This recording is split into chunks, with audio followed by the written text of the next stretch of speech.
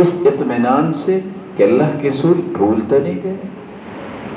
آج جو سر رکوع سے اٹھاتا ہی نہیں پورا اور زمین پہ دے مارتا ہے، یہ کس کے لیے نماز پڑھ رہا ہے؟ اس بھائی محترم سے پوچھیے یہ کس کو راضی کرنے کے لیے یہ وقت لگا رہا ہے؟ اللہ کے رسول نے تو یہ طریقہ نہیں بتایا.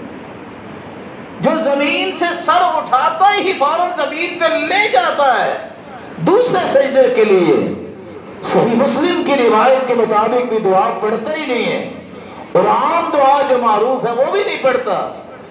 اللہم اغفر لی، یا اللہ مجھے معاف کر دے، یا اللہ مجھ پہ رحم فرما، یا اللہ میری کمی کوتاہی معاف فرما، یا اللہ میرے سٹیٹس کو بلند کر دے، الہ العالمین مجھے رزق بھی عطا کرو. یہ 5 دعائیں میری اور آپ کی ضرورت نہیں ہے. جو سر زمین پہ دے مارتا ہے اس کا مطلب کیا ہے؟ نہ اسے اللہ کے رسول کا طریقہ پسند ہے، نہ اسے یہ ساری چیزیں پسند ہیں. کیفیت ہے، اس کیفیت سے تجاوز نہیں کر سکتے. ان الرجل ليصلي 60 سنة وما تقبل له صلاة. صحیح و جامع کی روایت ہے 60 سال ایک شخص نماز پڑھے گا لیکن قیامت کو ایک بھی نماز قبول نہیں ہوگی. لعلہ یتم الرکوع ولا یتم السجود ویتم السجود ولا یتم الرکوع. رکوع مکمل کرتا ہے تو سجدہ مکمل نہیں کرتا، سجدہ مکمل کرتا ہے تو رکوع مکمل نہیں کرتا. معنی یہ نکلا کہ عمر 70 سال ہوگی تبھی 60 سال نماز پڑھے گا نا. تو 70 سال ما بین 60 الی 70. اللہ کے رسول نے فرمایا اعمار امتی، میری امت کی جو عمر ہے ریشو وہ 60 سے 70 سال ہے، اس سے زیادہ کم لوگوں کی ہوتی. تو گویا پوری زندگی کی نماز اس کی قبول ہی نہیں. کیفیت ہے. 5واں اصول یہ ہے ان تكون العبادة موافقة للشریعة فی زمانها. ہر عبادت کا ایک وقت ہے. رسول اکرم صلی اللہ علیہ وسلم نے فرمایا کہ فجر کی نماز کب پڑھنی. صحابہ کہتے ہم اندھیرے میں نماز پڑھتے، ساتھ والے کو پہچانتے نہیں. یہ کون سی نماز ہے کہ لوگ باہر سیر کر کے واپس آ جاتے ہیں، ابھی صبح کی نماز کھڑی ہوئی. یہ کون سا اندھیرا جس کو اجالے کو اندھیرے کا نام دے دیا. اللہ کے رسول صلی اللہ علیہ وسلم نے وقت بھی طے کیا ہے، جگہ بھی طے کی. حج یہ بیت اللہ میں، منا مزدلفہ میں ہوتا ہے. اگر کوئی شخص یہ کہے چکر ہی لگانے ہیں نا تو کوئی 7 چکر کہیں یہاں بھی لگا لیتے. یہ حج وہیں ہوگا. یہ آج یہی تو مصیبت ہے کہ بیت اللہ میں ایک نماز پڑھے، 55 سال 6 مہینے کی ایک نماز سے بڑھ کے ایک نماز کی بجائے 5 نمازیں 55 سال 6 مہینے پڑھیں تو جتنا اجر ملے گا اس کے مقابلے میں ایک نماز بیت اللہ میں پڑھیں تو اس سے افضل ہے.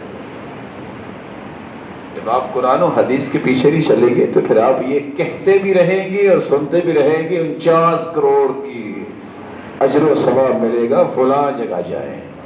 کس نے کہا ہے؟ شیطان نے کڑی ہوگی نا بات، محمد مصطفیٰ نے تو نہیں کہی. کیونکہ یہ عظمت صرف بیت اللہ کی ہے، یہ عظمت صرف مسجد نبوی کی ہے کہ 1000 نماز سے افضل نماز. یہ عظمت صرف اس کی ہے، اس مکان کی جس کو مسجد قباء کہتے ہیں.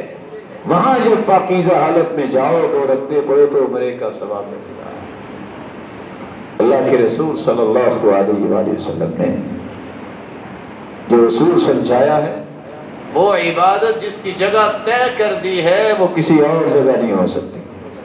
دنیا کے جتنے بھی ممالک ہیں خوبصورت سے خوبصورت ماحول حج مکہ میں ہو، طے شدہ. یہ مکان وہاں ہے. زمان حج کے ایام بھی طے ہیں. کسی بندے کا جی چاہے کہ میں اب فارغ ہوں، چلو 11 بجے زور اثر مغرب پڑھ لیتا ہوں، نماز کا وقت ہی نہیں ہوا. عید الفطر اور عید الاضحیٰ کا بھی 2 عیدوں کا بھی وقت طے ہے. ایک بندہ جب چاہے کسی عید کا نام دے کے پڑھ لے، شریعت نے تعین کیا. رسول اکرم صلی اللہ علیہ وآلہ وسلم نے جگہ کا بھی تعین کیا ہے، وقت کو بھی بالتفصیل بیان کیا ہے. ہو سکتا ہے گرمی سے ڈرنے والا کو کہے یار آج کل لگتا ہے کہ مینا خالی ہوگا، بڑی بھیڑ ہوتی ہے حج کے دنوں میں تو سروائیو بھی نہیں کر سکتا. اچھا آج کل میدان عرفات بھی خالی ہوگا، چلو چلتے حج کر کے آتے. الحج اشہر معلومات، حج کے مہینے طے ہیں. یہ شوال ذو القعدہ ذوالحجہ کے پہلے 10 دن ہیں. آپ جائیں حج کرنے کے، عمرہ تو سارا سال کر سکتے ہیں، لیکن آپ کہیں کہ چلو خالی ہے تو اکیلے ہی ہوں گے، ٹھاٹ سے دعائیں کریں گے، بھیڑ نہیں ہوگی، حج نہیں ہوگا. جب تک یہ 6 اصول آپ کے ذہن میں ہیں، دنیا کی کوئی طاقت آپ کو بدعت کی طرف نہیں لے جا سکتی. کوئی بھی عبادت ہو، پوچھو اس کا سبب کیا ہے؟ اللہ کے رسول نے کی. اچھا اللہ کے رسول نے کیسے کی ہے یہ عبادت؟ اللہ کے رسول نے اس کا اندازہ جو بتایا ہے وہ کیا ہے؟ فرمائیے کس جگہ کی تھی، وقت کیا تھا؟ آپ کبھی بھی بدعت کے پیچھے نہیں چلیں گے، اور دنیا کی کوئی طاقت جو ہے آپ کے سامنے ایک لفظ بولنے کے تیار. آج دیکھیں گے آپ کہ اگلے 4 سے 6 دنوں میں لوگ کروڑوں روپے لگائیں. شاید کہ آپ کو غصہ آتا ہو اور وہ بھی غیرت ہی ہوگی، لیکن ترس والی بات ہے کہ لوگ کدھر جا رہے ہیں. 4 سوال کسی کے ذہن میں آ جائے، اس نیکی کا پتہ اللہ کے رسول کو تھا کہ نہیں تھا؟ پہلا سوال، اگر کوئی کہہ دے کہ اللہ کے رسول صلی اللہ علیہ وسلم کو نیکی کا پتہ نہیں تھا والعیاذ باللہ، تو وہ کافر ہو جاتا. کہ اگر اللہ کے رسول کو کسی نیکی کا پتہ نہیں تو کس کو پتہ؟ تو اسے کہنا پڑے گا کہ اللہ کے رسول کو پتہ تھا. دوسرا سوال، رسول اکرم صلی اللہ علیہ وآلہ وسلم کو اگر اس نیکی کا پتہ تھا تو امت کو حکم دیا کہ نہیں؟ اگر کوئی کہہ دے کہ نیکی تھی اللہ کے رسول نے نہیں بتائی تو نعوذ باللہ وہ بھی کافر ہو جاتا ہے، کیونکہ اللہ کے رسول کی رسالت میں اس نے ثابت کیا نعوذ باللہ کہ انہوں نے رسالت پوری پہنچائی نہیں، پیغامات، کہ ظاہر اسے کہنا پڑے گا ہاں نیکی کا حکم دیا. اگلا سوال یہ ہے کہ اگر نیکی کا حکم تھا اور اللہ کے رسول صلی اللہ علیہ وسلم نے پہنچایا ہے تو آخر صحابہ نے سیکھا ہے نا. 1400 سال گزرے، کوئی ایک ہی روایت دکھا دے، کوئی ایک ہی حدیث دکھا دے. دنیا کی کوئی طاقت آپ کو حدیث نہیں دکھا سکتی. سب سے پہلے موصل کے اندر مظفر الدین کانپور نے 604 ہجری میں اس بدعت کا آغاز کیا. 3 لاکھ اس وقت خرچ کیا اور نہ جانے کیا کیا رقص کروائے. محمد مصطفیٰ کی سنت تو یہ نہیں ہے، یہ اس موسم کے آدمی کی سنت ہے. اس کو زندہ کرنے والوں کو اجر کیا ملے گا؟ رسول اکرم صلی اللہ علیہ وسلم نے فرمایا تھا من احدث فی امرنا هذا ما ليس منه فهو رد. جس نے دین میں کوئی نئی چیز نکال لی مردود. آپ کروڑوں کیا اربوں روپے لگا دے کسی ایسی چیز پہ جو دین نہیں ہے، وہ دین نہیں بنے. آپ کہیں کہ وہ تو بہت زیادہ لوگ یہ بات سمجھتے ہیں.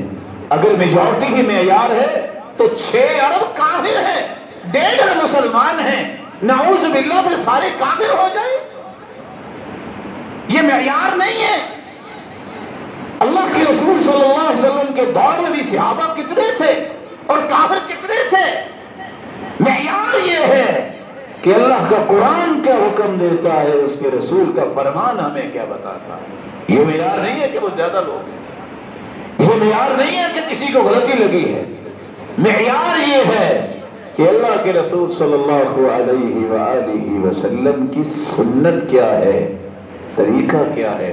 اللہ عز و جلال ہمیں یہ بات سمجھنے کی توفیق دے اور زندگی کے ہر عمل کو سنت کے مطابق کرنے کی توفیق دے. اور ہر قسم کی بدعات اور خرافات سے محفوظ فرمائے۔ وآخر دعوانا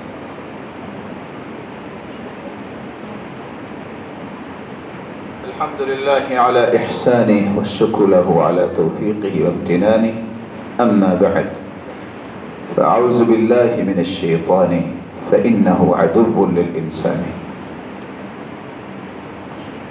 رسول اللہ صلی اللہ علیہ وآلہ وسلم ایسی مبارک ہستی ہیں، ان کا قول، ان کا عمل میرے اور آپ کے لیے نمونہ ہے۔ اس ہستی کی اتباع صرف واجب ہی نہیں بلکہ میری نجات کے لیے ضروری ہے۔ اس ہستی کی بات ماننا صرف واجب ہی نہیں، اس کی بات کو جب تک میں آخری اور حتمی اور اٹل فیصلہ نہیں سمجھتا میں مسلمان ہی نہیں ہوتا۔ رسول اکرم صلی اللہ علیہ وآلہ وسلم کی بات ماننے والے، اتباع کرنے والے ہی کامیاب لوگ ہیں۔ یہی لوگ ہیں جن کے اعمال قبول ہوں گے، یہی لوگ ہیں جو قیامت کے دن انبیاء کی صف میں ہوں گے، صدیقین کی صف میں ہوں گے، شہداء کی صف میں ہوں گے، صالحین کی صف میں ہوں گے، اور اس سے بڑی رفاقت اور صحبت اور ساتھ کون سا ہو سکتا ہے؟ لیکن یہ یاد رکھیے، اگر کسی نے اللہ کے رسول صلی اللہ علیہ وسلم کی اتباع نہ کی تو پھر کیا ہوگا؟ سب سے پہلا نقصان یہ ہوگا وہ اپنے چھت پہ 10 جھنڈے بھی لگا لے، وہ اپنے آپ کو سابقے لاحقوں کی لائن لکھ لے، وہ گمراہی ہے۔ تو کیا ہے؟ یعص اللہ ورسولہ فقد ضل وغوى، جس نے اللہ اور اس کے رسول کی نافرمانی کی ہے گمراہ ہے، بہک گیا ہے۔ یہ قرآن نے فیصلہ دے دیا ہے، اس نے اللہ کے رسول کی بات کو حتمی بات نہیں مانا، فلا وربک لا یؤمنون، اس تیرے رب کی قسم اے میرے محبوب، وہ میرے نزدیک مومن ہی نہیں ہے۔ اگر اللہ کے رسول کی اتباع نہ کی گئی، اس کی سزا کچھ تو دنیا میں ملے گی، کچھ آخرت میں ملے گی۔ سزا کیا ہے؟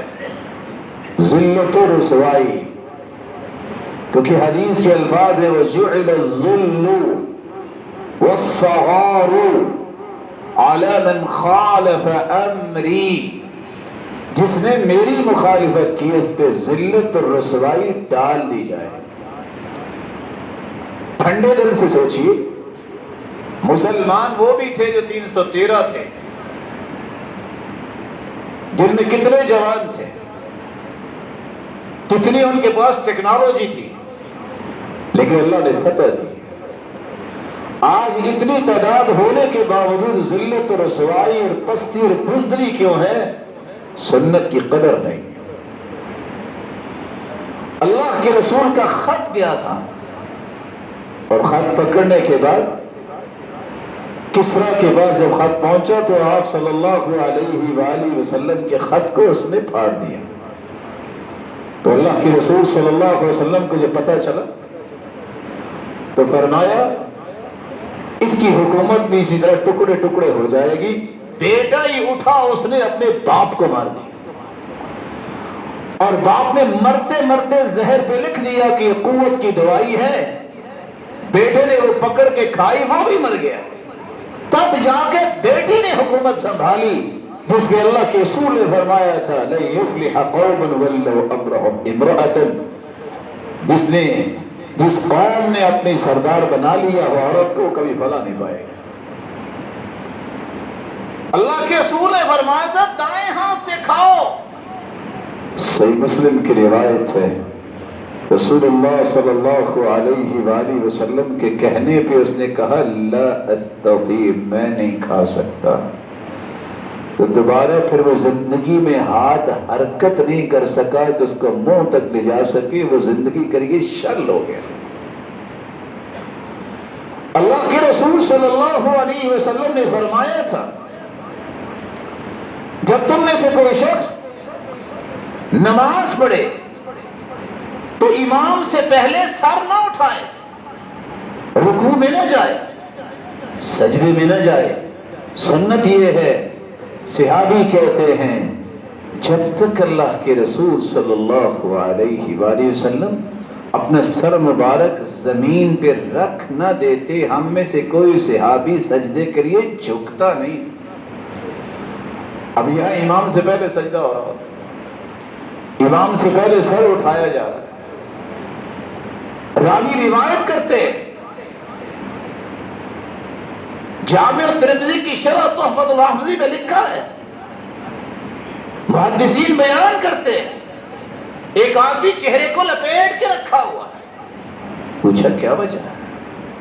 کہتا کیا بتاؤں، ایک دن میں نے سوچا کہ اللہ کے رسول نے یہ فرمایا ہے کہ یجعل اللہ صورتہ صورت حمار اور یجعل اللہ رأسہ رأس حمار، جو جان بوجھ کے امام سے پہلے سر اٹھائے گا اس کے سر کو اور شکل و صورت کو اللہ گدھے کی بنا دے گا۔ تو میں نے کہا تجربہ تو کر کے دیکھے، میں نے کیا، اس دن سے میرا سر گدھے کا بن گیا۔ رسول اکرم صلی اللہ علیہ وآلہ وسلم نے یہ بات بیان کی تھی کہ جب کوئی دین سیکھنے کے لیے نکلتا ہے تو اللہ کے نورانی فرشتے اپنے پر بچھاتے ہیں۔ ایک بدعتی آدمی نے اپنی جوتی لوہے کی پہنی کیلوں والی، کہتا آج میں نے فرشتوں کے پروں کو چھلنی کر کے رہنا ہے۔ ادھر کہہ رہا ہے، ادھر دونوں پاؤں خشک ہو گئے، دوبارہ قدموں پہ چل نہیں سکا۔ رسول اکرم صلی اللہ علیہ وآلہ وسلم نے فرمایا تھا جب تم میں سے کوئی شخص بیدار ہو تو پانی میں ہاتھ ڈالنے سے پہلے اپنے ہاتھوں کو دھو لیا کرو، اور ساتھ یہ فرمایا فَإِنَّ أَحَدَكُمْ لَا يَدْرِي أَيْنَ بَاتَتْ يَدُهُ، صحیح بخاری کی روایت ہے، کیونکہ اسے کچھ پتہ نہیں اس کے ہاتھوں نے رات کہاں گزاری ہے۔ راوی روایت کرتے ہیں ایک آدمی نے کہا کہ کہاں گزارتے ہیں رات؟ پتہ ہے مجھے کہاں گزارتے۔ اس صحیح بخاری کی روایت کے بارے میں جو کچھ کہنا تھا کہا، جب دوبارہ سویا تو اٹھا تو اس کا ہاتھ جو ہے وہ کوہنی تک اس کی پشت میں تھا۔ رسول اللہ صلی اللہ علیہ وآلہ وسلم نے فرمایا تھا کہ صحابہ کرام کو یہ بات سمجھائی تھی کہ حدیث کو یاد کرنے والے کا چہرہ چمک رہا ہوگا۔ صحابی سیدنا ابو ہریرہ رضی اللہ تعالی عنہ، جو تمام صحابہ میں سب سے بڑے حافظ، ایک شخص نے صرف یہی کہا کہ یہ جو اللہ کے رسول کا فرمان ہے کہ اگر آپ نے بکری خریدی ہے، آپ نے دودھ دھویا ہے، اگر واپس کرنی ہے تو ساتھ ایک سا کھجوروں کا بھی دینا ہو۔ تو سیدنا ابو ہریرہ کے بارے میں اس نے باتیں کی۔ ابھی بات کر نہیں رہا تھا کہ چھت سے ایک سانپ گرا، وہ کسی کو نہیں ڈسا، دوڑ کے اسی کی طرف آیا اور اس کو ڈسا اور وہاں ہی وہ ڈھیر کر دی۔ اللہ کے رسول نے فرمایا تھا السواک مطہرۃ للفم مرضات للرب، مسواک یہ رب کی رضا کا بھی باعث ہے اور دانتوں کی صفائی کا بھی باعث، منہ کی صفائی کا بھی باعث۔ ایک شخص نے سنت کی توہین کرنے کے لیے مسواک کو کرنے کی بجائے اس کو پشت پہ لگایا، توہین کرنے کے لیے۔ امام ابن کثیر البدایہ والنہایہ میں لکھتے ہیں اور ابن خلیقان سے نقل کرتے ہیں امام ذہبی کہ وہ شخص بیمار ہوا، پیٹ میں درد شروع ہے اور ایک نہ جانے کس طرح کا جانور اس کی پشت سے نکلا جس نے اسے ڈسا اور ڈھیر کر دیا۔ اللہ کے رسول کی سنت کا مذاق، اللہ کے رسول صلی اللہ علیہ وسلم کی جان بوجھ کر مخالفت، یہ انسان کو ذلیل دنیا میں بھی کرتی ہے اور آخرت میں تو کرے گی ہی کرے گی. اس لیے کمی کوتاہی ہو جائے تو توبہ کر لینی چاہیے. کمی کوتاہی ہو جائے تو کہہ دینا چاہیے اللہ مجھے علم نہیں تھا، میں آئندہ نہیں کروں. آج اللہ کے رسول صلی اللہ علیہ وسلم کی سنت کو ماننے والے بھی، سمجھنے والے بھی یہ 4 بال اٹھانے سے ڈرتے ہیں. آج تم 4 بال اٹھانے سے گھبراتے ہو، گناہوں کی گٹھیاں اٹھا کے پل صراط سے کیسے گزرو؟ دعویٰ اپنا اپنا ہے. جہاں تمہیں بہت غصہ آتا ہے کہ لوگ سنت کی مخالفت کرتے ہیں، یہ سنت کی مخالفت نہیں. میری اٹھنا بیٹھنا، میری صبح اور شامیں، میری ظہر اور عصریں، میری اخلاقیات اور تجارت، میرے معاملات اور عالی زندگی، ہر ایک میں چھاپ ہونی چاہیے تو محمد مصطفیٰ کے طریقے کی چھاپ ہونی چاہیے. کسی کو کہہ دینے سے کافی نہیں رہتا، عمل دکھانا پڑتا ہے. اللہ ہمیں ایسے لوگوں کی صف میں شامل فرمائے جن کا عمل سنت کے مطابق ہو. مالک الملک اس سنت کی اتباع پر ہی زندگی گزارنے کی توفیق عطا فرما.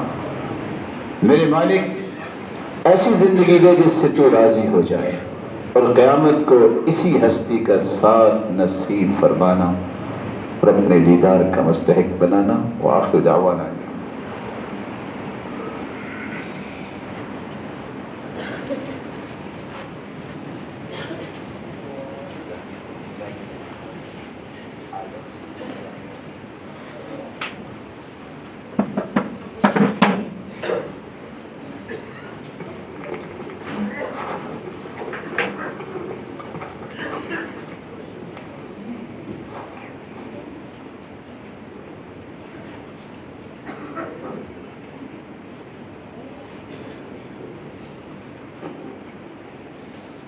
الله أكبر الله أكبر أشهد أن لا إله إلا الله أشهد أن محمدا رسول الله حي على الصلاة حي على الفلاح قد قامت الصلاة قد قامت الصلاة الله أكبر الله أكبر لا إله إلا الله.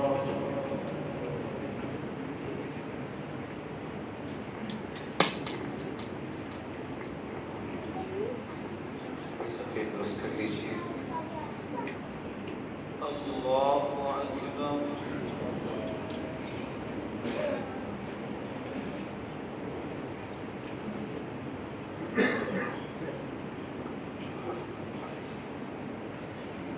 الحمد لله رب العالمين الرحمن الرحيم مالك يوم الدين إياك نعبد وإياك نستعين اهدنا الصراط المستقيم صراط الذين أنعمت عليهم غير المغضوب عليهم ولا الضالين.